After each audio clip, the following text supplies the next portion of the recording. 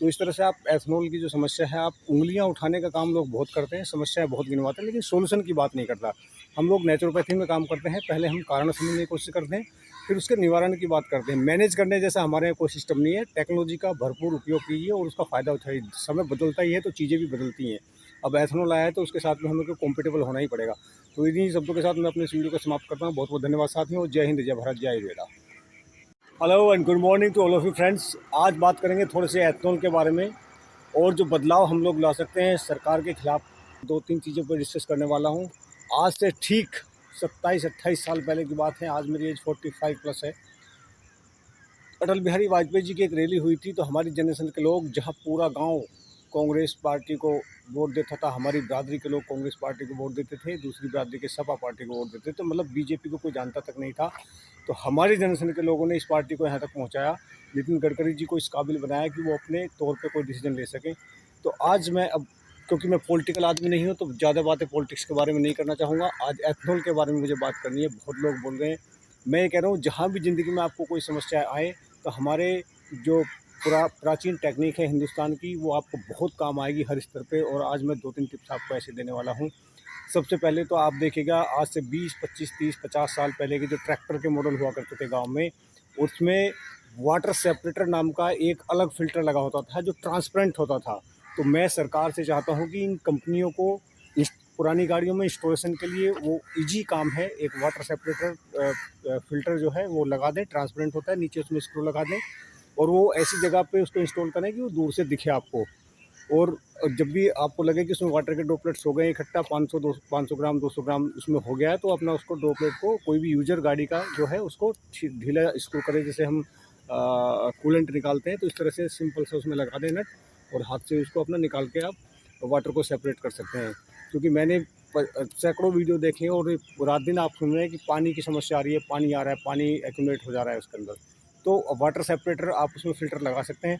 दूसरी एक टेक्निक मैं यूज़र्स को ये बताना चाहता हूँ कि जैसे आपका स्कूटर है और मोटरसाइकिल है, तो उनमें आप, अब जो ज़माने थे वो पहले वाले, कि आप उसका जो पेट्रोल था, वो भाई टैंक भरा के रखने का शौकीन थे, कि वो एक एलिगेंट दिखे और मतलब रईस आदमी है भाई, इसकी टंकी हमेशा भरी रहती है। तो वो टंकी जो भर के छोड़ने का सिस्टम था, वो सिस्टम आप बंद करें। आप जो है अपनी गाड़ी का पेट्रोल मिनिमम लेवल पे यूज़ करना शुरू कर दें। इस तरह से देखिएगा आप, ये गाड़ी है, आपको पता होगा कि 500 से 700 ml आपकी गाड़ी के अंदर ऑयल रिज़र्व रहता है।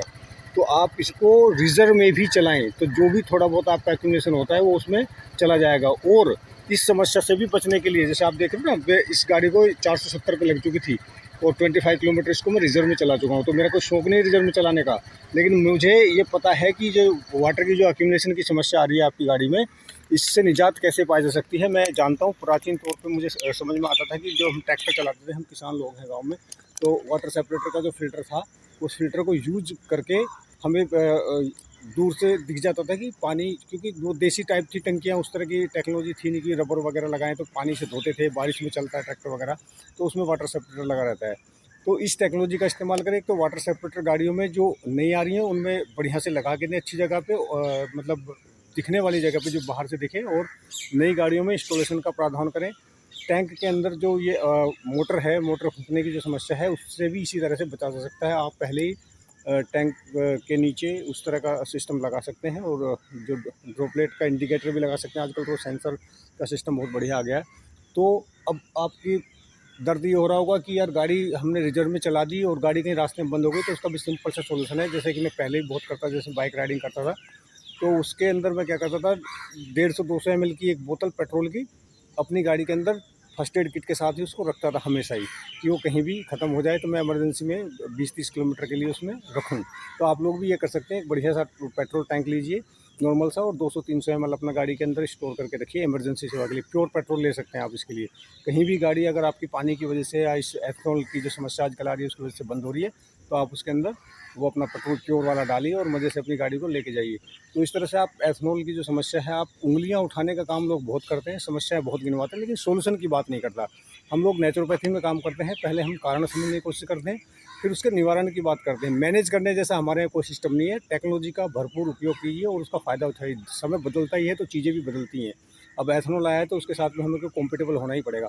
तो इन्हीं शब्दों के साथ मैं अपने इस वीडियो को समाप्त करता हूँ। बहुत बहुत धन्यवाद साथियों। जय हिंद, जय भारत, जय वेदा।